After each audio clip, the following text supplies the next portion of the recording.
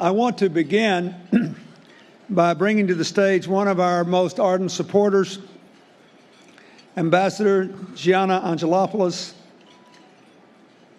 who has an important announcement to make. One of the great things we have learned about CGI over the years has been the adaptability of our diverse partners to taking special direct action on specific challenges and in specific regions. For example, in 2011, we responded to Americans who were asking us to convene a CGI meeting to generate commitments that would help to restore our own economic growth, and CGI America was born. We've been having CGI-U for several years to recognize the fact that college students from all around the world have great ideas that could have an enormous impact on the world, and they don't have any money. So we still think their ideas deserve a hearing, and every year we do a little more to raise modest sums to let them at least test those ideas. We convened a Haiti working group. We had a working group on the Katrina areas for many years. So in that spirit, we have the following announcement. Where's Ambassador Angelopoulos? She was back there with me. Come on out, Gianna. Let's give her a hand. She's been one of our great sponsors.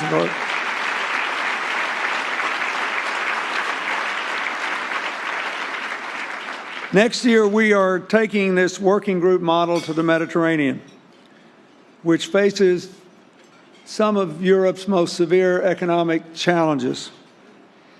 CGI will hold a meeting focused on generating commitments in areas like youth unemployment, where it's 50% or higher in Greece and Spain, economic development, job creation, and green growth.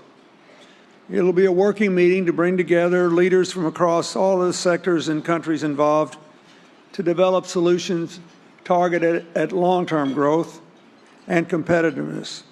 We hope that those of you with interest in the Mediterranean will join us in June in Athens. I want to thank Ambassador Angelopoulos for her support and ask her to say a few more words about this meeting that we have been working on for some time.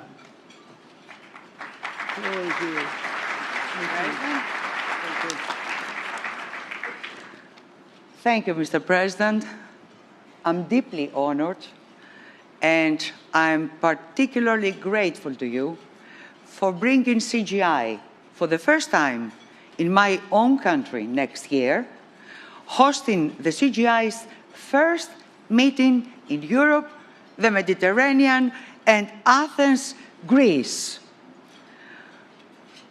Greece is not, thank you. Greece is not just the birthplace of democracy. CGI Mediterranean will allow it to be, as Thomas Jefferson would say, a true laboratory of democracy. I'm proud to serve as the founding sponsor of this event because I believe that there are some things even better than ideas. Commitments, Mr. President. And I love the CGI ethos of turning ideas into action. Like you, Mr. President, like Secretary Clinton, you devoted your lives to. And this is an ethos Greek people, they understand. I've seen them rise to amazing heights before. When I led the Athens Olympics, I saw a nation come together, combining ancient traditions with a modern, can-do approach, can-do spirit. And next year, at CGI Mediterranean, I believe we'll have the opportunity once again to reignite the torch of common cause.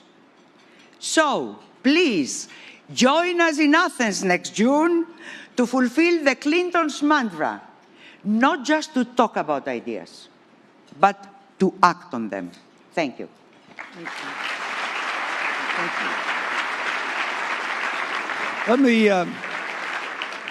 For those of you who don't keep up with events in Greece as closely as some of us, I think it's important to point out that the quality of their government and their budgeting process has dramatically improved. They did have to make some painful adjustments. The problem is if you live in a currency union like the EU, without control of your own destiny, even when interest rates are lower than inflation, you can't float bonds to build infrastructure, which is what you would normally do, but you can't because you don't have your own currency. So we all have to be really creative in thinking about how to do something. But I'll just give you one factoid that should make you think this is worth doing.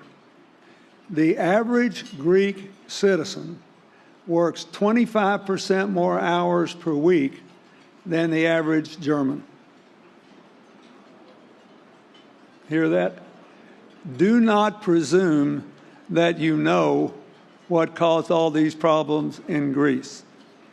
Former Prime Minister Papandreou is there nodding his head. He has the battle scars to prove it. So I ask you, please come with us and look at this, not just from the point of view of the Greeks, but the Spaniards that had an enormous housing bubble burst, but also are leading the world in the clean energy transformation. The Italians who have new leadership and real vigor, who are looking for ways to grow their economy in a way that is more broad-based. This is going to be a very, very important meeting, so I hope you will all come.